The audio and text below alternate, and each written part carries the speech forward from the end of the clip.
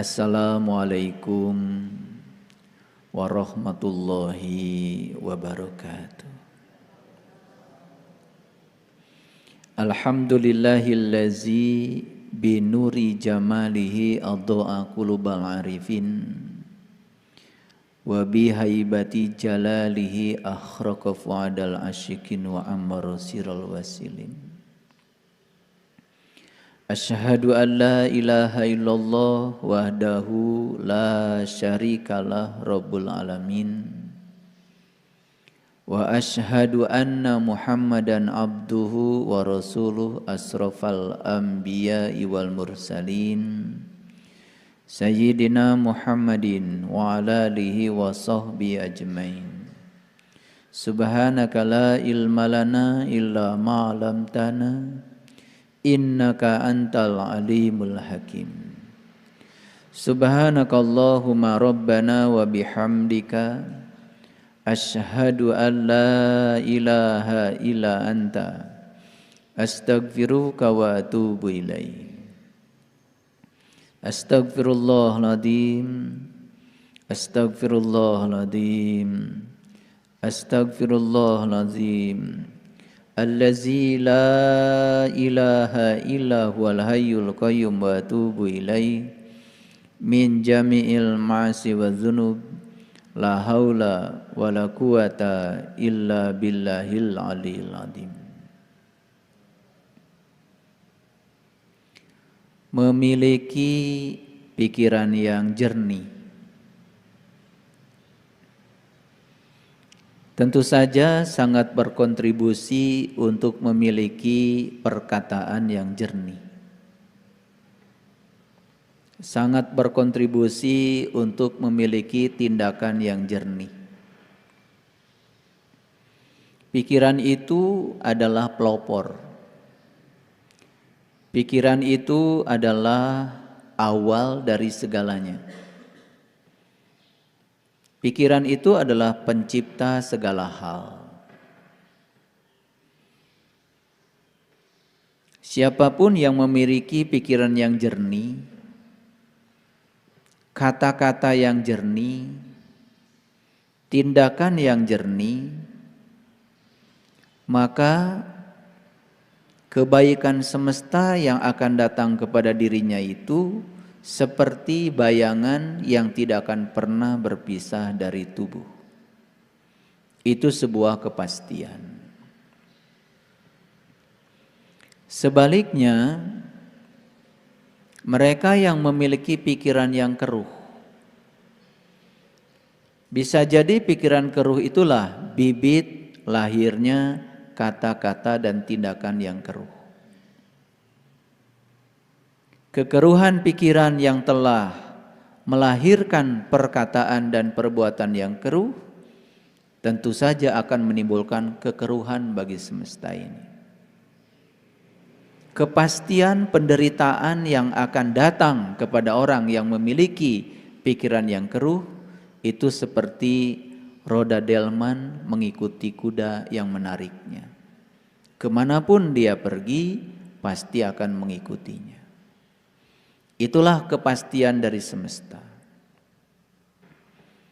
Oleh karena itu beruntunglah orang-orang yang sudah memiliki pikiran yang jernih.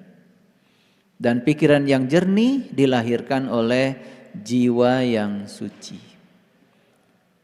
Maka Quran memberikan apresiasi, beruntunglah mereka yang berhasil menyucikan jiwanya. Dan merugilah mereka yang gagal untuk menyucikan jiwanya. Yang berhasil menyucikan jiwanya pasti akibatnya menjadi bahagia. Yang gagal menyucikan jiwanya, akibat yang pasti adalah dia akan menderita. Oleh karena itu, kita beruntung sekali mendapatkan kesadaran untuk selalu menjadi yang terbaik untuk jiwa kita, tetapi tidak merasa diri setiap saat menjadi yang terbaik. Merasa diri yang terbaik akan membuat kita tidak akan naik kelas untuk menjadi yang terbaik, hanya perasaan saja. Tetapi ketika kita berjuang untuk menjadi yang terbaik, insya Allah setiap saat semesta akan memberikan jalan bagi kita untuk menjadi yang terbaik. Oleh karena itu, berada di majelis ilmu semacam ini merupakan karma agung yang diberikan semesta untuk orang-orang yang terpilih. Mari kita puji Dia bersama-sama membaca hamdalah. Alhamdulillahi Rabbil Alamin. Kita awali kajian kita di pagi yang penuh berkah ini dengan mengheningkan cipta kita, mengosongkan gelas kita, membuka pintu yang menutupi gelas itu, agar aliran pengetahuan semesta mengalir kepada kita dan mengubah kesadaran kita. Kita sapa asma Allah dengan kelembutan dan cinta, seraya membaca basmalah. Bismillahirrahmanirrahim. Wa idza sa'alaka ibadi anni fa inni qarib. Apabila bertanya kepadamu, ada yang bertanya kepadamu tentang aku, kata Allah, dari sebagian hamba-hambaku, jawablah bahwa aku dekat. Siapa sih hamba Allah itu? Hamba Allah itu adalah mereka yang telah sukses menghambakan dirinya kepada Allah. Apa cirinya hamba Allah yang gampang dilihat? Cirinya hamba Allah itu tidak terganggu oleh hinaan dan tidak pernah terpengaruh oleh pujian. Karena dia sudah menghambakan diri kepada Allah dan tidak menghambakan diri kepada manusia, maka dia tidak pernah terganggu baik oleh hinaan manusia maupun oleh pujian manusia. Dihina tidak menjadi tumbang, dipuji tidak menjadi terbang. Itu cirinya hamba Allah yang gampang diukur. Jadi kalau ada yang bertanya, apakah saya ini hamba-hamba Allah? Ya tanya saja. Apa yang kau hambakan dalam hidup ini? Kalau sudah menghambakan diri kepada Allah, tentu saja kita terbebas dari segala penghambaan dari yang selain Allah. Jadi kalau kita masih sakit hatian, masih baperan, masih gampang tersinggungan, gampang marah oleh tindakan-tindakan manusia, jelas kita masih hambanya manusia, belum menjadi hambanya Allah. Gampang kan ngukurnya? Jadi saya kasih ukuran-ukuran yang jelas, instrumen yang bisa mengukur diri kita dengan jelas. Jadi hamba Allah itu adalah mereka yang sudah sukses berdamai dengan dirinya sendiri. Oleh karena itu maka cinta kasih semesta yang diberikan kepada leluhur kita, maka leluhur kita membuka menteratas jalan untuk menjadi hamba Allah. Lalu lahirlah berbagai macam agama. Dan agama itu adalah jalan. Apa sih agama yang terbaik? Agama yang terbaik adalah agama yang mengantarkan penganutnya menjadi lebih baik. Apa cirinya penganut agama itu menjadi lebih baik? Cirinya saya kasih sederhana. Dia mampu memperlakukan semua makhluk dengan baik. Ulangi ya. Agama yang terbaik adalah agama yang mengantarkan pemeluknya menjadi lebih baik. Ciri pemeluk agama yang terbaik tentu saja sederhana. Mampu memperlakukan semua makhluk dengan baik, bahkan tanpa memandang agamanya. Itu ukuran yang kedua. Sederhana kan? Nah, jadi hari ini di awal pertemuan ini saya akan memberikan ukuran-ukuran, instrumen untuk mengukur. Jadi kalau tadi ukuran yang pertama, saya ini hamba Allah atau bukan? Ukur. Kalau kita masih terganggu oleh hinaan dan pujian manusia, berarti belum menjadi hamba Allah. Yang kedua, apakah saya ini sudah menjadi umat yang terbaik dan memeluk agama yang terbaik? Kuntum khaira ummatin. Sederhana, apakah saya sudah memperlakukan semua makhluk dengan baik?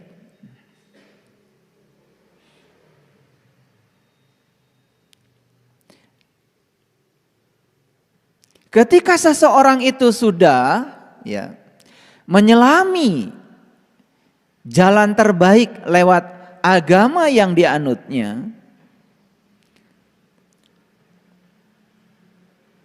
maka dia akan mendapatkan berkah ilmu. Berkah ilmu yang akan mengantarkan seseorang mencapai kesadaran. Ketika dia sudah mendapatkan berkah ilmu yang mengantarkan dia mencapai kesadaran, maka puncak tertingginya adalah dia menjadi sangat toleran. Jadi jangan heran ya, kalau orang-orang yang tidak toleran itu sebetulnya karena ilmunya sedikit. Yang kedua, kesadarannya rendah. Jadi intoleransi selalu lahir dari mereka-mereka yang semacam itu. Semakin tinggi ilmu seseorang, semakin bijak seseorang, semakin toleran. Terutama semakin tinggi dia bisa menerima dan menghargai perbedaan. Oleh karena itu, agama yang sebenarnya itu adalah membawa pesan-pesan kedamaian. Jadi kalau agama di dalamnya syarat dengan pesan-pesan kebencian, pertikaian, itu bukan salah agama. Itu salah si pembawanya memahami kedalaman dan intisari dari agama. Hari ini, di sini, sekarang, dunia ini sedang butuh agama yang ramah, bukan agama yang marah. Sekali lagi, semesta ini sekarang sedang butuh agama yang ramah, bukan agama yang marah. Jadi kalau orang beragama tapi marah-marah, ada yang salah itu.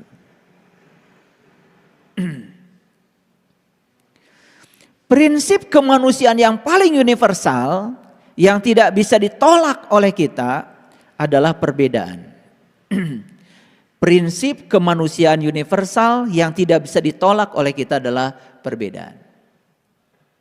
Dan yang menciptakan perbedaan itu adalah pemilik semesta itu sendiri. Makanya diciptakanlah perbedaan itu lita'arofu, untuk saling mengarifi, untuk saling menghormati, untuk saling mengenal. Makanya begitu kita tidak mengenal, maka kita akan terjebak pada keinginan untuk mempersamakan semua yang berbeda. Disitulah akan timbul yang namanya pertikaian. Pertikaian terkecil yang akan terjadi tentu saja di rumah. Makanya Rasulullah mengatakan nikah itu setengah agama. Karena nikah itulah latihan dasar untuk bisa menghargai prinsip kemanusiaan yang universal yang bernama perbedaan. Makanya suami istri disebutnya juga pasangan. Pasangan jelas kiri kanan, pasangan jelas berbeda. Makanya siapapun yang mencoba ingin menyamakan perbedaan, bersiap-siaplah untuk memasuki cekcok dan pertikaian yang tidak akan pernah ada habisnya. Ya toh?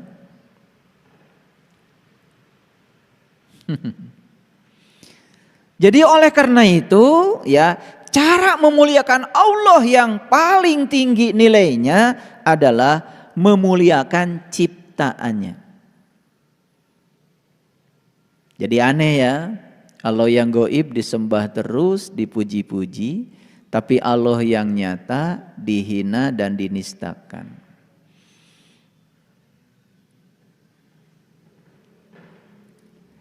Cara menolong Allah yang luar biasa adalah menolong ciptaannya yang butuh pertolongan. Jadi Allah yang maha segalanya tidak membutuhkan pertolongan kita. Allah hanya menginginkan kita menolong orang-orang yang butuh pertolongan. Yang lemah ekonominya, tolong sama yang kuat. Yang kegelapan, tolong sama yang sudah terang. Yang belum sadar, tolong oleh mereka yang sudah sadar. Yang penuh dengan kebencian, tolong oleh mereka yang sudah berlimpah cinta kasih dan welas asihnya. Itu saja sebetulnya. Dan siapa yang berhasil menolong orang yang butuh pertolongan, dia sebetulnya sudah menolong Allah. Ini kunci-kunci ya yang saya sampaikan, kunci-kunci yang akan penting untuk memasuki kajian kita hari ini. Oleh karena itu kalau kita lihat di sini saya sudah menulis judul kajian kita hari ini, judulnya Hari Pembalasan. Ini dasar-dasarnya, instrumennya yang harus dimiliki oleh kita semua. Jadi oleh karena itu, esensi agama tidak terletak pada pakaian yang dikenakan. Tapi esensi agama terletak pada akhlak yang dilakukan. Ya. Awas jangan terjebak ya. Karena terkadang kita terlalu sibuk ngurusi pakaian. Apalagi mau lebaran, pakaian apa yang cocok buat silaturahim.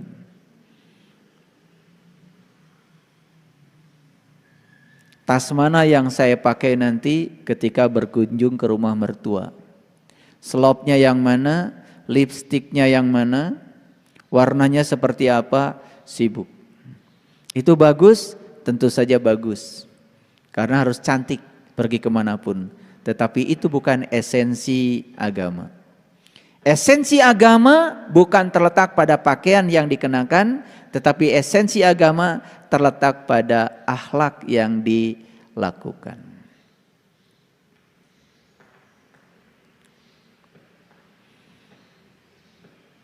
Kenapa saya bicara ini di awal pertemuan ini? Karena banyak yang tidak sadar. Kalau ditanya siapa yang kamu pertuhankan, jawabannya Allah. Tetapi di prakteknya yang dipertuhankan adalah agama. Siapa orang yang menuhankan agama? Apa cirinya? Cirinya sederhana. Siapapun orang yang memusuhi orang lain yang berbeda agama dengan dia, sesungguhnya dia menuhankan agama.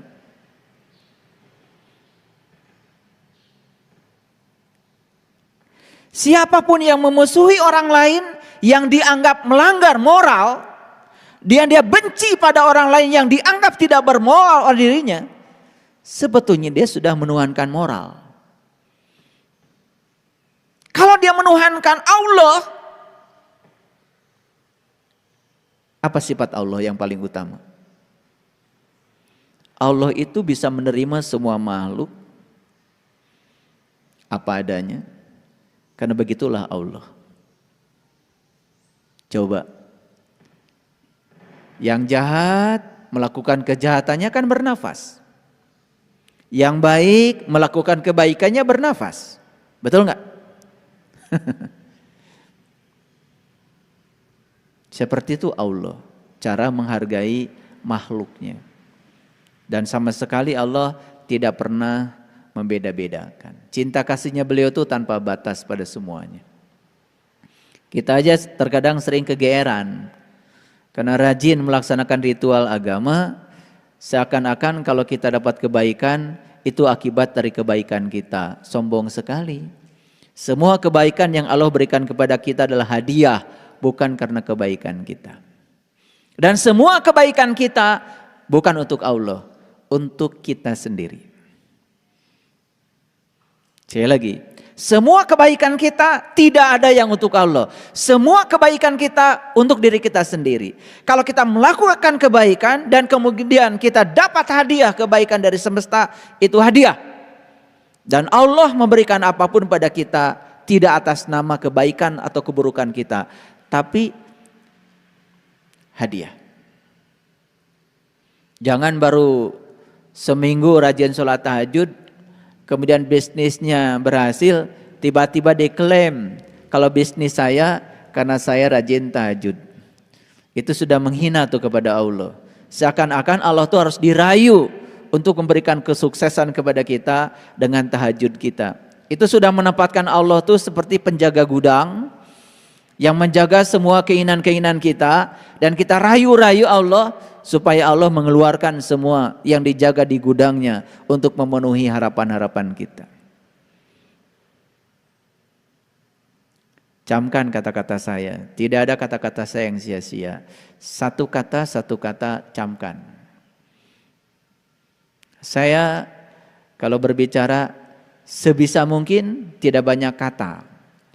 Dan sebisa mungkin setiap kata yang saya ucapkan itu memiliki tujuan untuk menyampaikan pesan saya.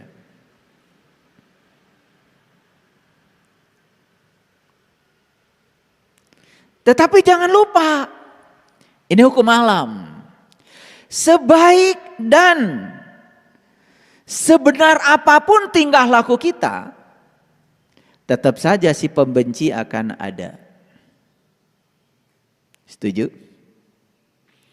Sebaik dan sebenar apapun tingkah laku kita, si pembenci tetap saja ada. Kenapa mereka ada?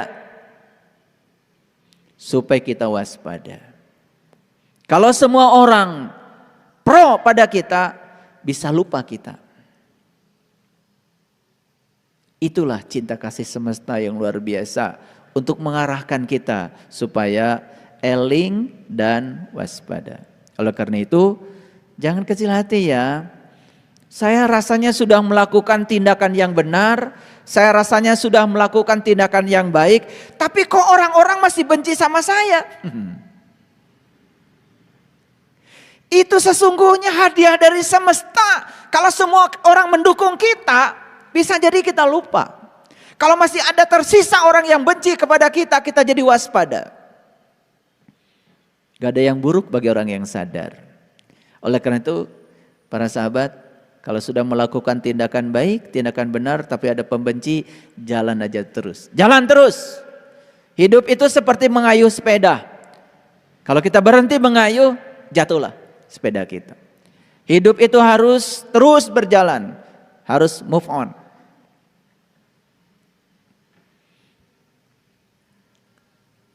Oleh karena itu, saya mengajak para sahabat semua, mari kita mempercantik dunia yang sudah cantik ini. Itu yang dikatakan leluhur kita, memayu hayuning bawono. Mempercantik semesta yang sudah cantik ini. Karena Allah sudah menciptakan semesta ini begitu cantik. Dan tugas kita datang ke semesta, mempercantik semesta yang sudah cantik. Gimana cara mempercantiknya? Berhenti bertikai. Berhenti memecah belah. Jaga kasih sayang, jaga persaudaraan, jaga persatuan. Keren tuh. Disitulah kita punya kesempatan untuk mempercantik semesta yang sudah cantik ini. Mau nggak semua berkontribusi untuk itu? Kalau mau ayo. Kesempatan kita cuman saat ini, di sini, sekarang. Tujuan hidup yang sebenarnya adalah hidup itu sendiri. Mumpung kita masih hidup, maka disinilah kita punya kesempatan untuk berbuat. Karena begitu kita sudah tidak hidup, tidak ada ranah kejadian di luar kehidupan. Baik, sekarang saya akan masuk pada topik kita hari ini. Judulnya Hari Pembalasan.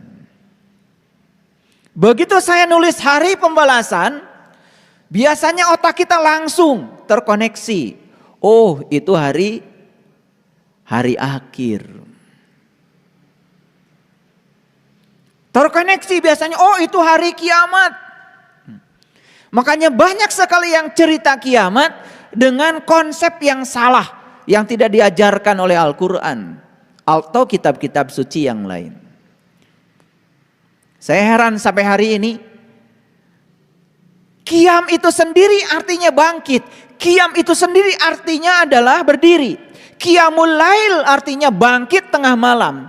Tapi kenapa ketika kita cerita kiamat, kebanyakan otak kita berpikir tentang kehancuran alam semesta ini. Itu yang saya sampai sekarang gak ngerti. Memang cerita kiamat itu ditandai dengan gunung-gunung diperjalankan. Manusia diterbangkan seperti anai-anai. Itu bahasa simbolik. Anai-anai itu siraru. Anai-anai itu tinggalnya dalam kegelapan, di lubang. Dan begitu musim hujan, anai-anai keluar dari lubang. Apa yang dicari anai-anai? Lampu. Dengan sayapnya yang tipis dia terus mengejar sampai pada cahaya. Begitu tiba pada cahaya, patah sayapnya, jatuhlah anai-anai dan mati. Apa pesan semestanya? Pesan semestanya, sebelum kamu mati, rengkuhlah cahaya ilahi yang sudah disediakan dalam dirimu. Jadilah seperti anai-anai. Gunung melambangkan kesadaran, perjalankan kesadaranmu. Kan sebetulnya itu baru terjadilah hari kebangkitan. Setelah terjadi hari kebangkitan, sadar kita dengan kehidupan. Jadi kapan hari pembalasan itu? Hari pembalasan itu di sini, saat ini, sekarang. Saya akan buktikan secara saintifik. Ayo, perhatikan saya. Kalau hari ini kita panen jagung, sebetulnya itu sedang mengingatkan saja bahwa 2-3 bulan yang lalu kita nanam jagung. Kalau hari ini kita panen pisang, hanya sedang mengingatkan saja bahwa setahun yang lalu kita tanam pisang. Kalau hari ini kita panen beras, 4 bulan yang lalu kita tanam beras. Jadi semua yang terjadi hari ini dalam kehidupan kita sebetulnya sedang mengingatkan apa yang pernah kita tanam di masa lalu. Ini hukum. Camkan dulu. Jadi siapa yang mengundang seluruh kejadian hari ini? Siapa yang mengundang seluruh peristiwa yang terjadi pada kita hari ini? Siapa? Kita sendiri. Jadi kalau begitu, semua peristiwa yang sedang terjadi dalam kehidupan kita hari ini, itu adalah tamu undangan. Kita sendiri yang mengundangnya. Aneh sekali. Kita sudah sebar surat undangan, dan surat undangan sudah sampai di tamu undangan, dan tamu undangan sudah datang memenuhi undangan, tetapi sang pengundang menolak semua yang diundangnya. Aneh? Aneh? Aneh. Ulangi sekali lagi. Semua hal yang terjadi dalam kehidupan kita hari ini, di sini, saat ini, sekarang, itu semua adalah undangan kita. Jadi kalau begitu, kapan hari pembalasan itu terjadi? Sekarang. Semua yang sedang terjadi sekarang adalah hari pembalasan. Balasan dari apa sih? Balasan dari sebab yang kita ciptakan. Ulangi. Balasan dari apa? Balasan dari sebab yang kita ciptakan. Jadi balasan itu apa sesungguhnya? Balasan itu adalah akibat. Ulangi.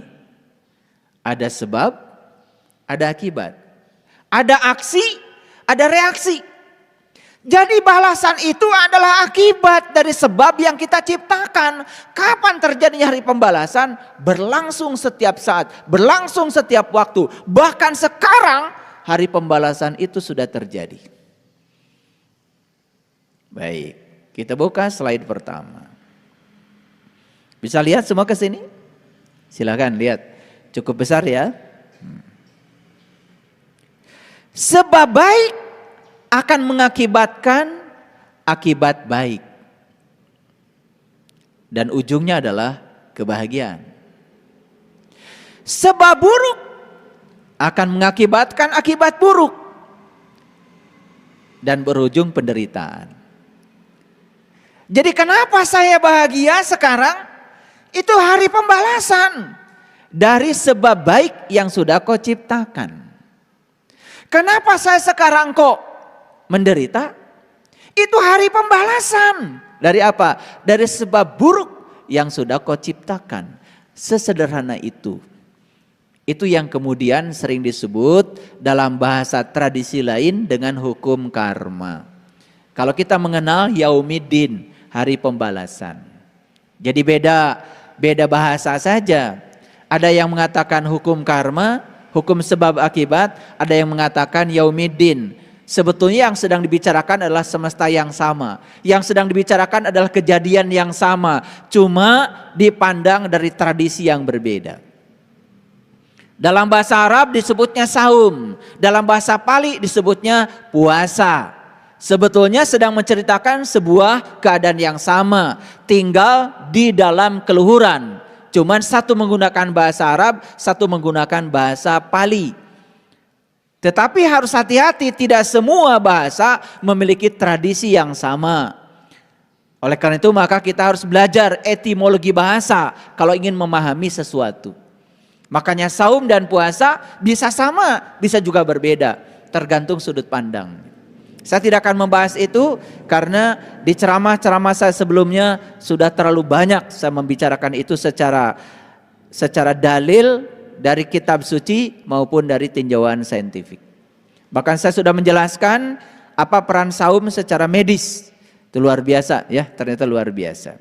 Baik ya, sebulan setelah kita saum jangan lupa pertahankan kebiasaan tubuh yang sudah diperoleh agar ya protein autophagisom yang diperoleh itu terus menerus bisa diproduksi.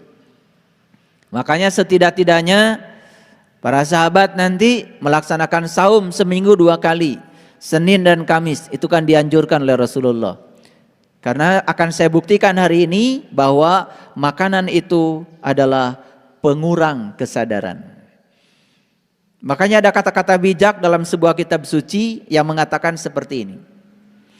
Manusia yang terus mengangan-angani, memikirkan tentang kesenangan hidup, maka berikutnya dia akan memiliki panca indera yang tak terkendali. Ketika dia sudah tidak bisa mengendalikan panca inderanya, yang paling berbahaya bagi dirinya adalah dia akan melampaui batas dalam makanan. Dan orang-orang yang melampaui batas dalam makan, selalu makan yang enak, tubuhnya menjadi kuburan. Penyakit mulai banyak datang. Kolesterol, diabetes, darah tinggi, macam-macam penyakit mulai datang. Kinerja tubuh sudah tidak fungsional lagi. Kalau kinerja tubuh sudah tidak fungsional lagi, produktivitas menurun. Yang terjadi berikutnya adalah malas. Dan setelah malas, ikhtiar menjadi kurang semangat. Maka di akhir perjalanannya apa? Penderitaan. Itu persis seperti angin yang akan merubuhkan pohon yang kuat. Sekuat apapun pohon, Kalau anginnya kencang, rubuh juga. Jadi perhatikan orang-orang yang semacam itu. Sebaliknya orang-orang yang sudah berhenti mengangan-angani kesenangan hidup, dan sudah bisa mengendalikan seluruh panca inderanya, dan dia bisa mengendalikan kebiasaan makan yang berlebihan, berkeyakinan teguh dalam hidupnya, maka yang terjadi apa? Dia akan penuh dengan ikhtiar, dia akan penuh dengan upaya. Maka saya yakin dia itu seperti batu karang yang sulit untuk dihancurkan oleh angin sebesar apapun. Angin sebesar apapun bisa meruntuhkan pohon yang kokoh. Tetapi angin sebesar apapun tidak akan bisa meruntuhkan batu karang. Kita harus punya atap yang tebal. Kalau atap kita terbuat dari alang-alang dan jarang atapnya, begitu hujan turun pasti bocor. Tapi kalau kita punya atap dari alang-alang, tebal atapnya, sebesar apapun hujan turun, gak bocor. Jadi kita ini sering bocor. Karena apa? Karena kita tidak memiliki pertahanan.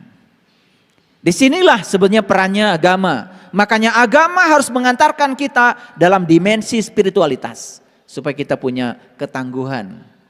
Nah, yang saya sampaikan tadi itu adalah ciri-ciri manusia tangguh tadi. Bisa mengukur dirinya. Baik para sahabat. Sebab baik diakibatkan oleh niat baik. Sebab buruk diakibatkan oleh niat buruk. Jadi kalau kita berbicara hari pembalasan, berbicara tentang karma, kunci utama adalah niat. Kenapa? Saya katakan tadi, niat menghasilkan pikiran. Pikiran menghasilkan kata-kata. Kata-kata menghasilkan perbuatan. Itu mekanismenya. Jadi semua berawal dari niat. Jadi oleh karena itu saya berani mengatakan bahwa sebetulnya penentu hari pembalasan itu adalah niat. Jadi kalau karma adalah niat yang sudah menjadi perkataan, tindakan yang memenuhi hukum sebab akibat, maka setiap aksi pasti ada reaksi. Ayo lihat saya semuanya. Jadi semua yang sedang terjadi dalam kehidupan kita hari ini adalah buah yang harus kita panen dari tanaman kita sendiri. Pertanyaan saya satu, siap menerima hasil panen? Siap menerima hasil panen? Siapa yang menanam? Anda. Siapa yang memanen? Anda. Kenapa siapnya? Siap.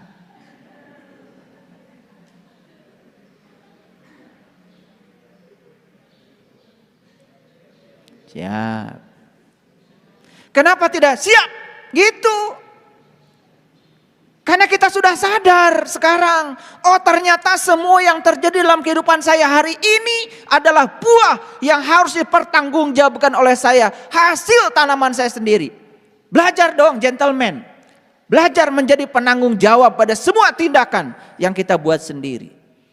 Kita sering jadi pengecut.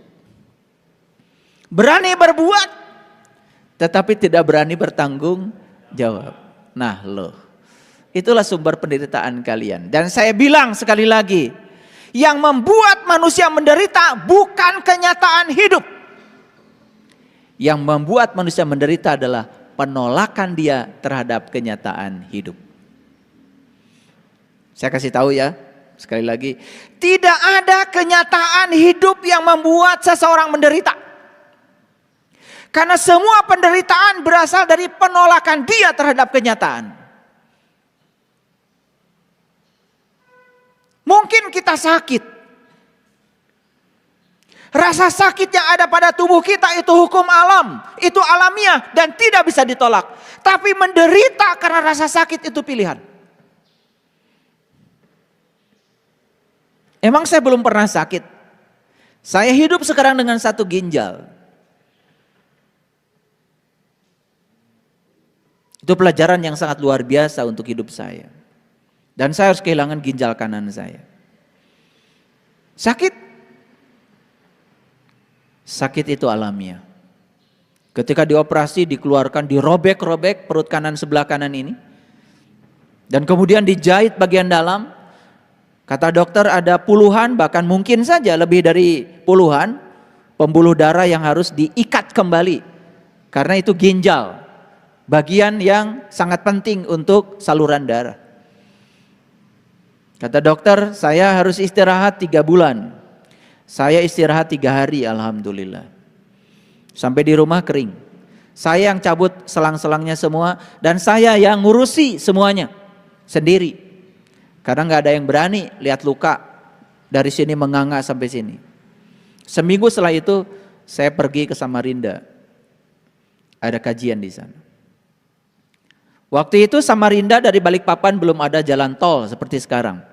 Dan saya pergi dari sini ke Balikpapan, dari situ kemudian jalan 5 jam ke Samarinda. Sampai di sana saya tidak berkurang aktivitas saya.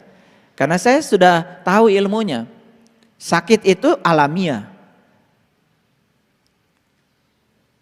Rasa sakit yang kita terima bisa kita jadikan sebagai penderitaan, bisa juga tidak. Saya cuma mendengar aja suara tubuh saya. Dan saya berterima kasih, tubuh saya masih bisa bicara lewat sakit. Karena dengan itu saya mengerti bahasanya. Setelah itu rubah total cara hidup saya. Mohon maaf, saya sudah tidak tertarik lagi dengan makanan seenak apapun. Sepanjang itu tidak saya butuhkan. Makanya saya sering berulang kali mengatakan, saya makan buah pagi-pagi dan itu gosok gigi dan saya saum. Saya baru makan siang itu juga terbatas. Hanya yang sesuai dengan golongan darah saya dan saya butuhkan. Yang tidak saya butuhkan gak saya makan. Enak itu cuma 10 menit di sini. Bebannya terlalu berat. Apalagi beban bagi lambung, beban bagi darah. Coba, terlalu banyak makan karbohidrat, begitu tidak diproses apa yang terjadi? Kadar gula darah naik. Pankreas kita rusak. Karena pankreas harus mengubah karbohidrat, gula menjadi energi. Ketika tidak mampu diubahnya, tumpukan gula darah di dalam darah tidak bisa ditolak lagi. Akibatnya apa? Harus disuntikan insulin. Mahal bukan? Jadi aneh ya. Kita takut menghadapi kematian, pengen umur panjang, tetapi kita tidak pernah mempanjangkan umur kita dengan ikhtiar kita. Aneh bukan? Karena apa? Karena di sini yang terpikir oleh pikiran adalah kesenangan, kesenangan, kesenangan. Makan enak, makan enak, makan enak, itu yang terpikir. Maka 75% orang yang level ini uangnya habis buat ngurusi tubuh dari leher ke bawah. Mungkin 25% pun tidak ada buat dari sini ke atas. Beli buku yang bisa mengembangkan pengembangan diri. Beli buku yang bisa menginspirasi agar hidup menjadi lebih berkualitas, mungkin jarang. Coba tanya, saya tanya, sebulan sekali aja mungkin kita nggak pernah beli buku itu. Jatuh? Nggak apa-apa, ya sekarang banyak yang gratis di YouTube. Ceramah saya udah saya blast, gratis. Dan kalau para sahabat mendengarkan kajian-kajian saya, kemudian membaca buku yang terbaru sekalipun tentang pengembangan diri, itu sudah masuk di situ. Itu artinya apa? Artinya saya sudah merespon semua buku itu. Ada buku apa yang terbaru? Pasti saya tahu. Dan saya belanja buku itu. Tetapi buku itu tidak saya baca. Sekedar dibaca. Saya praktekkan dulu. Kalau sudah jadi pengalaman saya ceramahkan. Kalau belum jadi pengalaman itu namanya katanya. Sebagus apapun kata buku, kalau itu belum jadi pengalaman itu masih kata orang. Dan saya tidak pernah menceramahkan apa kata orang. Yang sudah saya sampaikan adalah yang sudah saya riset menjadi pengalaman pribadi saya. Itulah untungnya para sahabat. Modalnya kan dikit kan? Cuma telinga toh? Iya. Ya kuota lah. Pakai modal kuota sedikit. Tetapi effortnya kan tidak lebih besar daripada saya. Jadi hukum aksi reaksi itulah yang disebut dengan hukum pembalasan. Ini saya sedang meluruskan pemahaman. Karena begitu cerita hari pembalasan, seakan-akan pembalasan itu diakumulasi. Nanti katanya kemudian kita dibakar oleh api yang menyala-nyala dalam neraka, begitu? Tidak. Karena pembalasan itu harus setimpal. Kalau Anda mencubit di dunia kepada orang, Anda harus dicubit orang di dunia. Biar sakitnya sama. Ngerti? Anda menipu orang di dunia pada saat masih hidup, rasa sakit yang Anda timbulkan pada orang yang Anda tipu harus dirasakan Anda di dunia juga.